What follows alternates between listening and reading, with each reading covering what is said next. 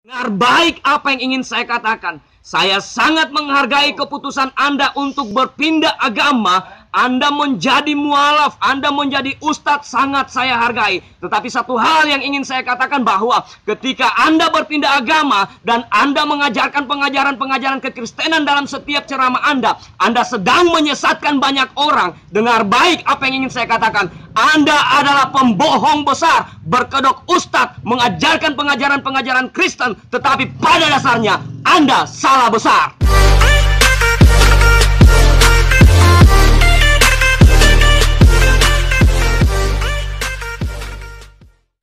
Halo guys, welcome back to my channel, Martir Channel. Oke guys, saya percaya bahwa Allah sumber segala berkat akan memenuhi hidupmu sesuai dengan panggilan yang engkau dapatkan. Panggilan kudus yang berasal dari Allah. Dialah Yesus Kristus, penyelamat dunia, datang dan menebus setiap dosa-dosa manusia melalui kematiannya di kayu salib, yang merupakan kebodohan bagi dunia, akan menjadi kenyataan di akhir masa dunia nanti. Oke guys, di video kali ini bersama-sama kita akan menyaksikan dan membahas tentang ceramah dari Ustadz yang baru-baru saja menjadi mualaf, menjadi pengikut Nabi Muhammad kurang lebih 5 tahunan dan sudah dipercayakan untuk menyampaikan ceramah-ceramah di masjid-masjid karena dia seorang penceramah. Tapi yang menarik bagi saya bahwa biasa-biasanya guys, yang kita ketahui terdahulu bahwa setiap orang yang berpindah agama dari Kristen masuk ke Islam dan dipercayakan untuk menyampaikan ceramah, apalagi menjadi ustadz, selalu pemberitaan mereka tentang kekristenan, selalu pemberitaan mereka tentang ketuhanan Yesus, dalam artian bahwa saya tidak mempersoalkan soal perpindahan agama mereka, baik mereka mau pindah kemana itu tidak menjadi persoalan, tetapi yang menjadi persoalan ketika mereka berpindah agama dan menyampaikan pemberitaan-pemberitaan tentang kekristenan, apalagi menyampaikan pemberitaan-pemberitaan tentang Yesus, dan ternyata itu tidak benar, itu adalah salah besar. Ini yang menjadi persoalan, sehingga dalam kesempatan ini kita sama-sama akan menyaksikan, membahas kesalahan-kesalahan yang dibuat oleh Ustadz Nababan dalam ceramah kali ini. Oke guys, bagi saudara-saudara yang menyaksikan video ini, mari bantu saya untuk kembangkan channel ini dengan cara like, comment, share, and subscribe channel ini untuk mendapatkan video-video terbaru dari saya, dan banyak orang diberkati dan banyak jiwa datang kepada Tuhan Yesus. Mari sama-sama kita saksikan video berikut ini. Siapa Paulus ini? Jadi aktor besar dari agama Kristen itu Bapak Ibu, yaitu Paulus. Pauluslah yang mengarang semua ajaran Nabi Isa atau Yesus. Paulus ini dia bukan pengikut, dia bukan sahabat, ya, dia bukan murid. Tapi Paulus ini, mohon maaf, musuhnya Yesus, musuhnya Nabi Isa. Dia hidup sezaman namun tidak pernah bertatap muka. Setelah Yesus wafat, ya kan, versi Kristen mati di kayu salib untuk menebus dosa manusia, maka semua ajaran Nabi Isa itu dirubah oleh Paulus. Ya, seperti babi tadi, ya kan, haram jadi halal, khitan wajib jadi tidak wajib. Mengatakan sembahlah Allah, Allah maksudnya, maka disuruh nyembah Yesus, dan banyak sekali ayat-ayat kontradiksi Bapak Ibu. Sedikit saya akan jelaskan tentang siapakah Paulus. Karena saudara berkata bahwa Pauluslah aktor dari agama Kristen. Dialah yang mengubah semua kitab-kitab tentang Yesus Kristus. Dia mengubah semua cerita-cerita tentang Yesus Kristus. Sedikit ingin saya jelaskan karena kelihatannya bahwa Ustadz pengetahuannya tentang Paulus, tentang Alkitab ini terlalu dangkal sekali. Oleh karena itu mungkin karena Ustadz tidak tahu tentang kebenaran, sehingga Ustadz berpindah, beralih agama ke Muslim. Saya jadi bertanya-tanya tentang Ustadz ini. Ustadz sudah dari kecil menjadi seorang Kristen. Dengan kitab yang ditafsirkan dalam bahasa Indonesia saja Ustadz tidak pernah paham, apalagi dengan kitab yang ditafsirkan dengan bahasa yang lain. Dalam jangka waktu 5 tahun Ustadz sudah menjadi seorang penceramah. Ini menjadi pertanyaan besar. Sekarang sedikit saya jelaskan tentang Paulus. Ustadz tahu tidak siapakah Paulus? Paulus itu adalah seorang Yahudi yang menganut agama Yudaisme pada waktu itu. Dia sangat kuat dengan hukum-hukum agama, apalagi hukum-hukum Taurat pada waktu itu. Dia bekerja di pemerintahan Romawi yang memegang jabatan yang sangat penting atau yang dikenal dengan Sanhedrin. Orang-orang yang menjadi seorang Sanhedrin ini adalah orang-orang terpilih, orang-orang yang dikhususkan, dan Paulus memegang jabatan itu. Ustaz tahu tidak? tentang latar belakang ini. Mungkin Ustadz tidak paham karena Ustadz tidak paham benar tentang kekristenan. Dan semasa kehidupan Yesus, Paulus ada di masa itu. Kemunculan Paulus baru tercatat terlihat ketika setelah kematian Yesus di kayu salib. Apa yang menjadi latar belakang kemunculan Paulus? Yaitu kebenciannya terhadap orang-orang Kristen. Dan dia berusaha untuk memusnahkan pengikut-pengikut Kristus pada waktu itu. Dia berusaha untuk membantai orang-orang yang mengakui Yesus sebagai Tuhan dan Juru Selamatnya pada waktu itu. Dan Paulus ini tergolong adalah orang-orang yang sangat membenci tentang Yesus. Orang-orang yang sangat membenci tentang kekristenan dan pengikut-pengikut Yesus. Dan itulah Paulus. Dia adalah seorang Sanhedrin dan meminta tugas khusus kepada Kekaisaran Romawi untuk mengeluarkan surat perintah membunuh orang-orang yang mengikut Yesus pada waktu itu. Jadi ingat, kemunculan Paulus terjadi setelah kematian Yesus di kayu salib. Dia adalah seorang penganiaya jemaat-jemaat Kristus pada waktu itu. Dan salah satunya orang yang terlibat dalam pembunuhan Stefanus sebagai martir adalah dia dan disaksikan di depan matanya. Jadi itu yang perlu Bapak Ustadz tahu sehingga Bapak bisa menjelaskan tentang siapakah Paulus. Dan pernyataan Pak Ustadz tentang Paulus adalah aktor di balik perubahan cerita tentang Isa Al-Masih itu sangat salah besar. Perlu Pak Ustadz tahu bahwa kisah pertobatan Paulus itu dicatat dalam Kisah Para Rasul pasal 9. Mungkin Pak Ustadz bisa baca nanti. Kisah Para Rasul pasal 9 itu menceritakan tentang kisah pertobatan Paulus. Ketika Paulus hendak melakukan perjalanan untuk menganiaya umat-umat Tuhan. Di perjalanan itu dia bertemu dengan Yesus. Dan disitulah dia pertama kali mengenal Yesus sebagai Tuhan dan Juru Selamatnya secara pribadi. Dalam perjalanan itu dia dibuatkan Tuhan untuk menjadi murid Yesus dan menjadi pengikut Kristus. Jadi kalau Ustadz katakan bahwa dia aktor di balik pengarang cerita tentang Yesus, itu sangat salah besar. Perlu Bapak Ustadz tahu bahwa Paulus hanyalah salah satu dari penulis kitab dalam surat-surat Paulus dalam kitab Perjanjian Baru. Ada begitu banyak penulis Alkitab, penulis kitab-kitab dalam Alkitab yang kami percayai. Mungkin Bapak tidak paham itu. Di sana ada penulis kitab yang namanya Petrus, ada penulis kitab yang namanya Yohanes, ada penulis kitab yang namanya Musa. Di sana ada penulis kitab yang namanya Lukas, di sana ada penulis kitab yang namanya Markus. Itu mungkin Bapak tidak paham. Sehingga dalam penulisan kitab itu perlu Bapak paham tentang soal inerensi penerangan Roh Kudus. Mereka diterangi oleh Roh Kudus untuk menuliskan perihal yang sama.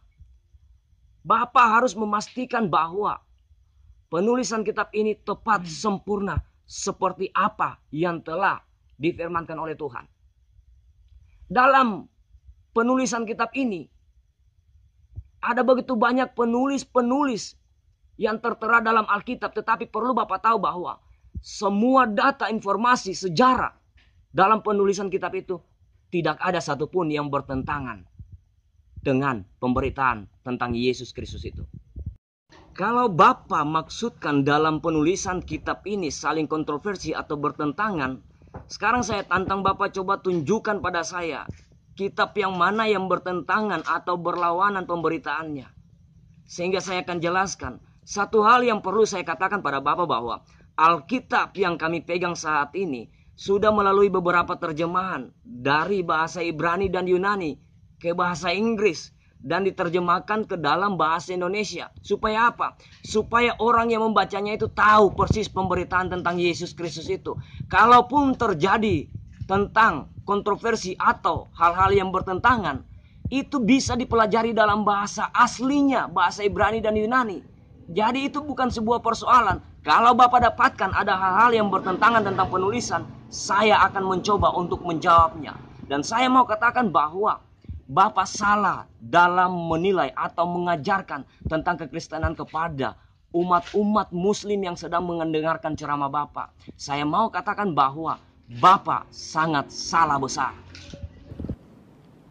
Makanya puncaknya Bapak Ibu, saya masuk Islam, mulai saya berpikir Pak, saya banyak membanding-bandingkan Pak, karena saya hobi membanding-bandingkan antara agama saya Kristen dulu dengan agama Islam. Yang pertama, Bapak Ibu, saya bandingkan masalah sholat, ya kan? Saya luar biasa sekali melihat ibadah umat Islam itu, yaitu sholat, tertata sekali. Sebelum kita sholat, hal pertama sekali yang kita lakukan apa, Bapak Ibu? Berwudu, betul? Berwudu artinya bersuci, Pak. Kenapa kita bersuci? Karena kita ingin menjemput Allah, Zat yang Maha Suci. Maka terlebih dahulu kita bersuci. Kita sucikan mata kita, tangan kita. Lalu saya bandingkan, Bapak Ibu, ketika saya di Kristen, mohon maaf, di Kristen itu tidak mengenal junub, tidak mengenal berwudu. Pokoknya pakai baju yang rapi, pakai jas, pakai sepatu, masuk itu ke gereja. Sampai di gereja ngapain? Mohon maaf, hanya nyanyi-nyanyi doang. Mohon maaf Bapak Ibu, ini kejadian, ini fakta. Saya bukan mengejek, enggak. Karena tidak boleh kita mengejek agama-agama di luar agama Islam, betul. Kita bicara fakta, mohon maaf, ya. Pengalaman saya ini, Pak. Malam harinya, Pak, nuak, minum khamar, mohon maaf, berzina sekalipun, besok ke gereja itu, Bapak Ibu. Nggak ada berwudu-wudu, nggak ada mandi-mandi besar, nggak ada. Ustadz Sinaga, apa yang Ustadz sampaikan dalam bagian ini, saya pikir ini bukanlah sebuah topik yang menarik untuk saya bahas, tetapi saya hanya ingin menanggapi sedikit saja. Saya pikir ini adalah sebuah pengalaman pribadi yang dimiliki oleh Bapak. Karena apa? Bapak mencoba untuk membandingkan pola atau tata cara beribadah antara umat Muslim dan Kristen. Sana Bapak katakan bahwa kalau umat Muslim mau menyembah Allah, mau pergi beribadah, dia selalu melakukan wudhu sebagai wujud penyucian diri karena mau beribadah. Sedangkan Kristen, dia tidak melakukan pembersihan diri dalam artian seperti yang Bapak katakan tadi, bahwa orang Kristen tidak perlu mandi atau mandi besar-besar seperti yang Bapak sampaikan dalam video itu. Saya mau katakan pada Bapak Ustadz Sinaga, mungkin Bapak tidak paham soal konsep penebusan dosa yang dilakukan oleh Yesus Kristus. Sedikit saya jelaskan bahwa mengapa orang Kristen tidak perlu melakukan wudhu atau penyucian diri, karena tidak pernah tertera dalam kebenaran firman Tuhan orang Kristen harus melakukan wudhu, karena konsep tentang penebusan atau penyucian diri itu telah dilakukan oleh Yesus. Kematiannya di kayu salib itu menebus setiap dosa-dosa manusia, termasuk dosa Bapak Ustadz, yaitu dosa warisan. Tergantung dari Bapak Ustadz mau menerima keyakinan ini atau kepercayaan ini. Saya mau katakan bahwa dosa warisan dari Adam dan Hawa itu telah dihapuskan oleh Yesus Kristus ketika dia mati tergantung di kayu salib. Jadi ini yang perlu Bapak Ustadz paham, yang perlu Bapak Ustadz mengerti, sehingga orang Kristen tidak harus melakukan penyucian diri, karena secara jelas Alkitab mencatat bahwa ketika saya atau saudara-saudara saya yang lain percaya kepada Yesus, menerima dia sebagai Tuhan dan Juru Selamatnya secara pribadi, maka saat itulah terjadi penyucian diri terhadap dosa warisan, dosa Adam dan Hawa. Dan saya pikir apa yang Bapak Ustadz jelaskan dalam bagian ceramah ini merupakan sebuah pengalaman pribadi yang dimiliki oleh Bapak Ustadz. Mungkin Bapak Ustadz ini jarang ke gereja atau sama sekali tidak pernah pergi ke gereja, sehingga tidak pernah mengerti, tidak pernah paham tentang bagaimana pola tata ibadah kekristenan. Seperti yang Bapak Ustadz sampaikan bahwa orang-orang Kristen itu tidak pernah melakukan pembersihan, bahkan tidak mandi. Pak Ustadz, memangnya Pak Ustadz itu sering bertanya waktu Pak Ustadz pergi ke gereja pada orang yang di samping kiri kanan Bapak, dan Bapak bertanya, kamu mandi tadi? Tidak. Kamu mandi tadi? Tidak. Saya pikir ini sebuah pengalaman pribadi yang secara gamblang Bapak Ustadz masukkan dalam bagian ceramah itu untuk menguatkan statement Bapak Ustadz. Ternyata apa yang Bapak Ustadz sampaikan ini tidak ada kebenarannya.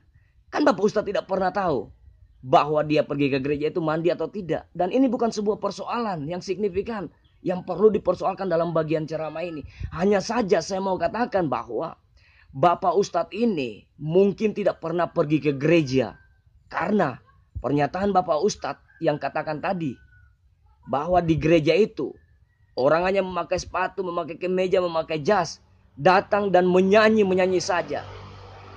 Ini yang Bapak Ustadz tidak paham, tata cara ibadah atau pola beribadah orang Kristen. Ternyata di gereja itu bukan hanya itu saja yang dilakukan.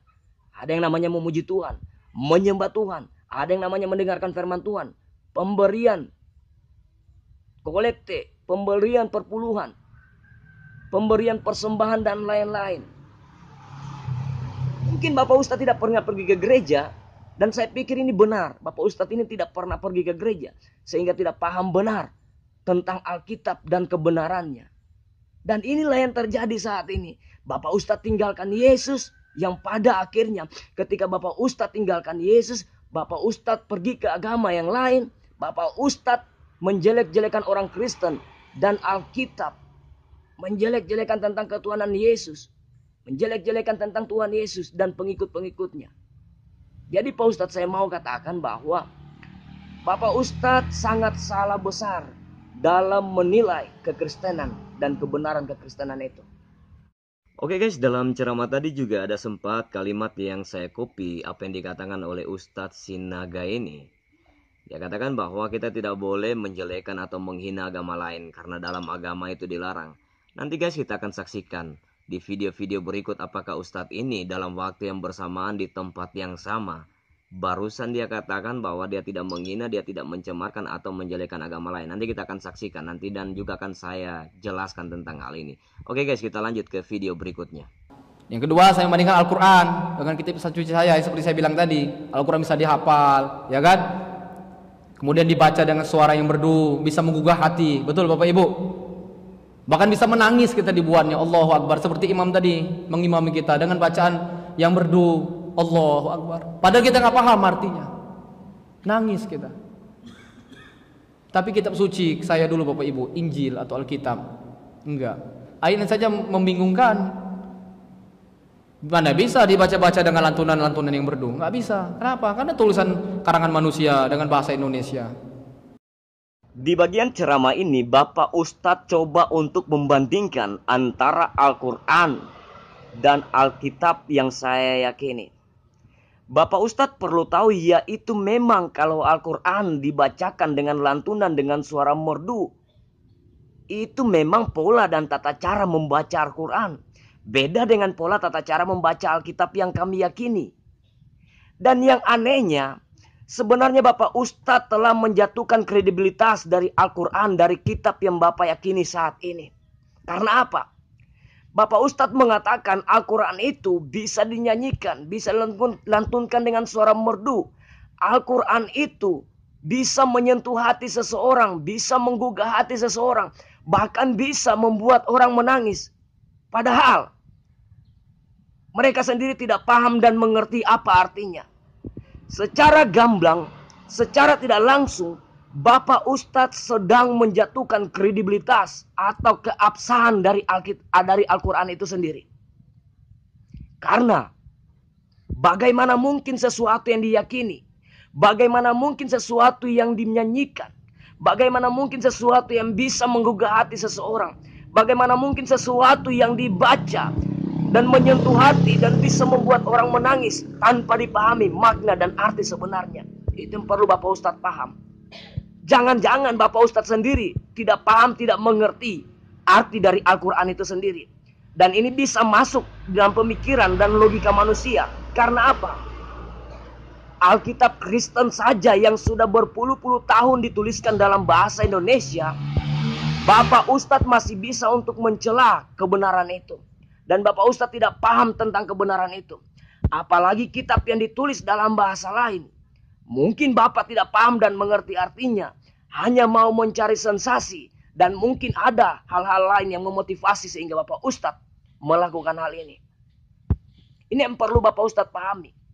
Dan yang kedua, Bapak Ustadz katakan tadi bahwa Alkitab Kristen itu hanya dituliskan oleh manusia. Karangan manusia. Hal yang terkecil saja, yang sangat mudah saja Bapak Ustadz tidak pahami dan mau membahas tentang penulisan Alkitab yang kami yakini. Saya mau katakan Bapak Ustadz perlu tahu keabsahan dari Alkitab yang kami miliki. Itu memang dituliskan oleh manusia. Tetapi Bapak Ustadz harus paham bahwa dalam proses penulisan itu, pribadi-pribadi yang menuliskan kitab kebenaran itu diterangi oleh kuasa Allah, kuasa Roh Kudus. Sehingga pemberitaan dalam kitab suci yang kami yakini itu jelas tidak bertentangan dan pemberitaannya tertuju pada satu pribadi, yaitu tentang Yesus Kristus. Masuk di akal tidak ini Bapak Ustadz? Ada begitu banyak penulis dalam Alkitab, tetapi satu pribadi saja yang mereka beritakan. Bapak Ustadz pasti paham ini. Oke guys, kita lanjut ke video berikut ini. Terus puncaknya Bapak Ibu, saya mulai berpikir, ini juga menjadi wawasan kita, menjadi ilmu kita juga untuk berdakwah. Jadi kalau kita ingin berdakwah dengan orang Kristen itu, jangan menggunakan Al-Quran Pak. Kenapa? Karena mereka tidak beriman. Mainkan saja logika. Apa kriteria Tuhan? Bilang saja, apa kriteria Tuhan? Pertama, Tuhan itu pasti Maha Pencipta, betul? Mustahil Tuhan tercipta. Nah, sedangkan Tuhan Yesus atau Nabi Isa, dia tercipta. Berarti dia bukan Tuhan. Ustadz Sinaga, dalam bagian ceramah ini, Bapak Ustadz sedang mengajak umat yang Bapak layani, kalau berdakwah kepada orang Kristen, itu tidak perlu memakai Al-Quran karena orang Kristen itu tidak beriman kepada Al-Quran. Dan ini memang benar, kami tidak beriman kepada Al-Quran. Dan Bapak Ustadz katakan, cukup pakai logika saja. Cukup pakai logika saja. Tanya kepada orang Kristen, apa kriteria tentang Tuhan itu? Bapak Ustadz menjawabnya, kriteria tentang Tuhan itu satu, dia pencipta, bukan diciptakan. Dan Bapak Ustadz katakan bahwa Yesus itu bukan Tuhan karena dia diciptakan. Secara logika, menurut Bapak. Bapak Ustadz yang terhormat, saya akan balik bertanya kepada Bapak. Untuk memahami pencipta yang sakral yang menciptakan dunia, alam dan semestanya. Bagaimana mungkin seseorang manusia yang pada dasarnya diciptakan mau memahami sesuatu yang besar tentang pencipta hanya dengan menggunakan logika manusia? Ini hal yang tidak masuk di akal. Bagaimana mungkin Bapak Ustadz mau mempercayai sesuatu yang diyakini, sesuatu yang dipercayai sebagai Tuhan hanya dengan logika kemampuan pemikiran Bapak Ustadz? Itu hal yang mustahil. Jikalau saya berkata saat ini secara logika, Bapak Ustadz percaya tidak Al-Quran yang Bapak Ustadz pegang itu turun dari sorga, diberikan kepada Muhammad? Secara logika, ini tidak bisa diterima dengan akal sehat. Tapi saya tidak mempersoalkan hal ini. Yang ingin saya katakan kepada Bapak Ustadz saat ini, soal ketuhanan Yesus, saya akan tunjukkan tentang ketuhanan Yesus. Bapak Ustadz katakan bahwa Yesus itu diciptakan, dia bukan Tuhan. Bapak Ustadz kalau punya Alkitab, masih ada Alkitab yang lalu, atau Bapak Ustadz bisa lihat dalam internet tentang ketuhanan Yesus itu. Dia dari proses kelahirannya, dia tidak lahir dari hasil persetubuhan antara laki-laki dan wanita. Dia lahir di kandungan Maria melalui proses diamnya Roh Kudus di dalam diri Maria. Dia lahir dari Roh Kudus. Itu terdapat dalam Lukas pasal 1 ayat 26 sampai 38. Itu nanti Bapak Ustadz bisa baca. Dia bukan lahir dari hasil persetubuhan, tetapi lahir dari kuasa Allah melalui rahim kandungan Maria. Dan yang kedua, Yesus dalam Injil Yohanes berkata, Akulah jalan, kebenaran dan hidup. Tidak ada satu orang pun yang dapat pergi kepada Bapa kalau tidak melalui aku. Ini sebuah pernyataan tentang ketuhanan dirinya, bahwa dia adalah jalan keselamatan itu, jalan kebenaran yang hidup. Tidak ada orang yang bisa mencapai sorga tanpa melalui dia. Dan yang ketiga, tentang ketuhanan Yesus. Ketika Yesus sedang bercakap-cakap dengan perempuan Samaria, perempuan itu berkata dalam kitab Yohanes, saya akan bacakan buat Bapak. Kitab Yohanes pasal 4 ayat yang ke-25 sampai dengan 26. Firman Tuhan berkata seperti ini. Jawab perempuan itu kepadanya, Aku tahu bahwa Mesias akan datang yang disebut Kristus. Apabila ia datang, ia akan memberikan segala sesuatu kepada kami. Apa yang dikatakan oleh Yesus dalam ayat yang ke-26? Kata Yesus kepadanya, Akulah dia yang sedang berkata-kata dengan engkau. Yesus menyatakan dirinya kepada wanita ini. Yesus menyatakan dirinya kepada perempuan itu. bahwa dia adalah Mesias yang telah dijanjikan oleh Allah itu. Oke, mungkin sampai di sini cukup untuk menjelaskan tentang ketuhanan Yesus itu. Jadi tidak usah Bapak Ustadz ragukan tentang ketuhanan Yesus karena dia adalah Allah yang pencipta. Kalau orang Kristen Bapak Ibu ingin konsisten, ya kan? Dalam kitab suci mereka, Alkitab mereka, ya kan? Ada tertulis di surat Markus ayat 28 pasal 29 jelas sekali. Ketika itu ada orang-orang Saduki bersoal jawab pada Yesus. Kata orang Saduki itu, hukum manakah yang paling terutama? Dia bertanya orang Saduki itu kepada Yesus, hukum manakah yang paling pertama? Apa? Jawab Yesus, dengarlah hai orang Israel, Tuhan Allah kita, Tuhan itu Esa. Kita di sini kan jamak, yang bertanya maupun tanya sama-sama kita di situ. Enggak dibilang Tuhan kamu saya. Ustadz Sinaga, disinilah terlihat kebohongan Bapak, dusta Bapak tentang firman Tuhan. Bapak katakan, coba perhatikan. Kalau kekristenan mau konsisten dengan kitab mereka, coba lihat dalam kitab Markus ayat 28 pasal 29. Sepanjang sejarah Alkitab yang saya pegang, Pak Ustadz, Markus itu tidak pernah ada yang namanya pasal 29. Markus itu hanya ada dari pasal 1 sampai pasal 16. Terlihat jelas bahwa Bapak Ustadz ini tidak pernah baca Alkitab karena pasal dalam kitab saja tidak pernah ditahu. Dan mau mengungkapkan kebenaran-kebenaran yang lain dalam Alkitab. Itu kebohongan Bapak Ustadz yang pertama. Markus pasal 29 ayat 28 itu tidak pernah ada di dalam Alkitab.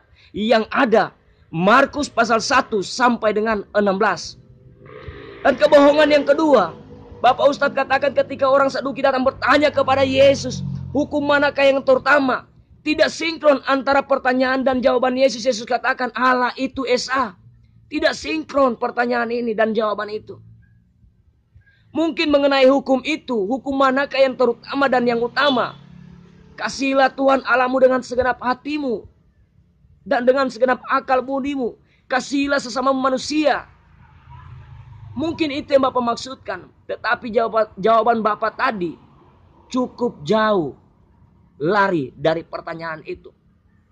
Sedikit saya jelaskan tentang Allah yang Esa itu kepada Bapak. Diakui ada dua keyakinan, yaitu teis dan ateis. Apa yang dimaksud dengan teis? Teis itu percaya adanya Allah, percaya adanya Tuhan. Ateis tidak percaya adanya Tuhan atau Allah. Islam dan Kristen ada di mana? Islam dan Kristen itu ada di teis, percaya adanya Tuhan. Teis ini terbagi atas dua bagian. Yang pertama politeis dan monoteis. Politeis percaya pada banyak Allah dan monoteis percaya pada satu Allah. Islam dan Kristen ada di mana? Yaitu monoteis. Dan monoteis ini terbagi dalam dua bagian. Yang pertama monoteis Unitarian. Islam ada di sana. Percaya pada satu Allah yang tunggal, mutlak.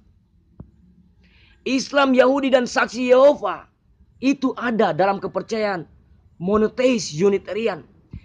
Kekristenan ada di mana? Kekristenan itu ada di monoteis Trinitarian, yaitu percaya kepada Allah yang tunggal, jamak. Ini yang kami sebutkan dengan Tritunggal.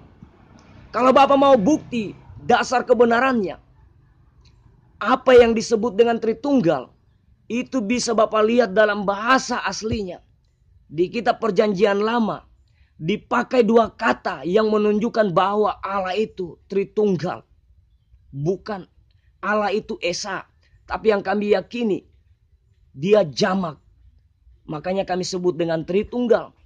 Dalam kitab Kejadian 22 ayat 1 dan 2 di sana dipakai kata Yahid. Dan dalam Ulangan 6 ayat 4 di sana dipakai kata Ehad yang menunjukkan bahwa Allah itu tunggal, jamak.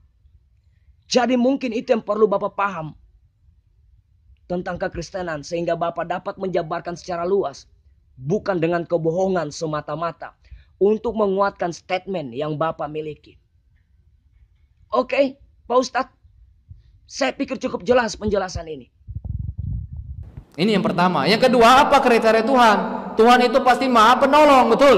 Mustahil Tuhan minta tolong. Sedangkan dalam iman Kristen, Bapak Ibu, para pendeta, para zaman semua yang tahu itu, ya. Ketika Yesus mati di kayu salib, Pak, untuk menebus dosa manusia, dia berteriak-teriak, apa katanya? Eli, Eli, lama sabatani. Tuhanku, Tuhanku, tolong aku. Kenapa kau meninggalkan aku? Emangnya ada Tuhan minta tolong?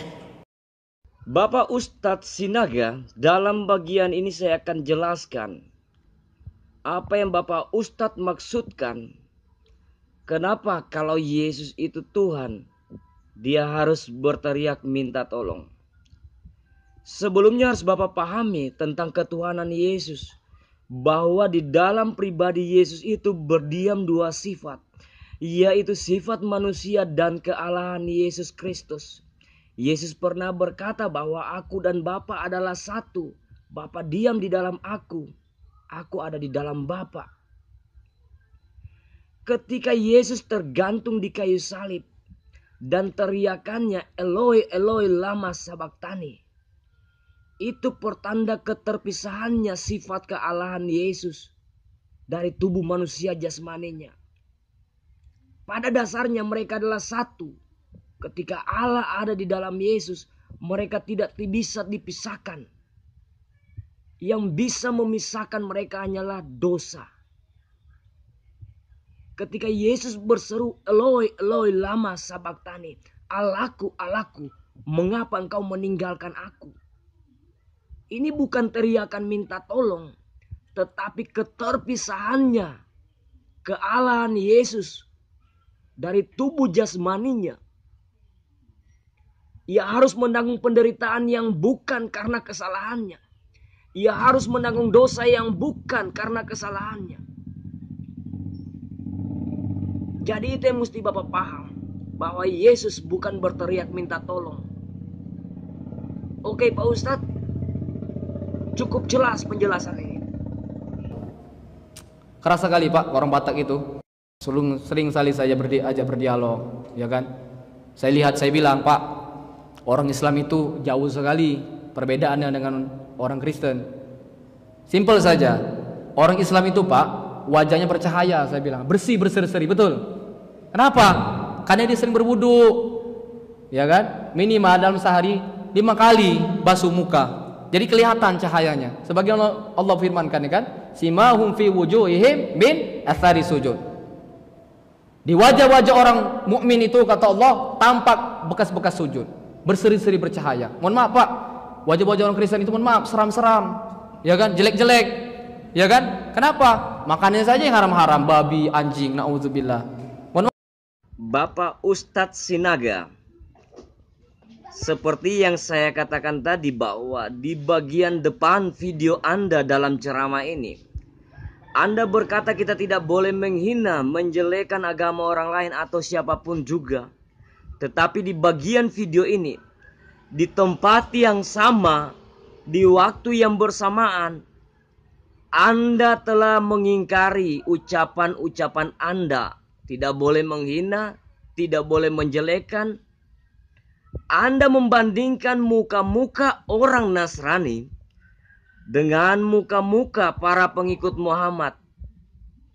Memangnya Bapak Ustadz sudah keliling satu Indonesia atau satu dunia ini, sehingga Bapak Ustadz bisa berkata bahwa wajah-wajah orang Nasrani itu seram-seram? Tidakkah Bapak Ustadz melihat di pemberitaan-pemberitaan yang terjadi saat-saat ini? Pernahkah Bapak Ustadz melihat ada orang-orang Nasrani yang begitu kejam, seram, harus turun ke jalan dan memberontak? Pernahkah Bapak Ustadz melihat ada orang Nasrani yang melakukan hal ini dan hal itu? Tidak pernah. Mungkin Bapak Ustadz maksudkan bahwa wajah kami seram-seram. Oke lah, tidak jadi masalah. Karena persoalan kami selalu makan daging babi, daging anjing. Pak Ustadz, jikalau demikian pernyataan ini, maka termasuk salah satunya adalah Bapak Ustadz, karena sebelum Bapak Ustadz berpindah agama, Bapak Ustadz itu terlihat sangar karena pernah memakan daging babi dan daging anjing. Oke, saya pikir ini cukup jelas. Apa yang telah saya jelaskan di bagian-bagian terdahulu sampai dengan saat ini cukup jelas untuk membongkar kedok, kebohongan, kepalsuan dari Bapak Ustadz Sinaga. Oke guys, terima kasih telah menyaksikan video ini. Saya percaya bahwa semua kita diberkati melalui kebenaran ini. Satu hal yang ingin saya sampaikan kepada Bapak Ustadz Sinaga bahwa Tuhan Yesus sangat mengasihi Bapak Ustadz. Masih ada waktu untuk berpaling, untuk kembali kepada Yesus Kristus. Oke guys, terima kasih. Kembali saya ingatkan, jangan lupa untuk like, comment, share, and subscribe channel ini agar bisa memberkati lebih banyak lagi orang. Terima kasih. Tuhan Yesus memberkati. Shalom.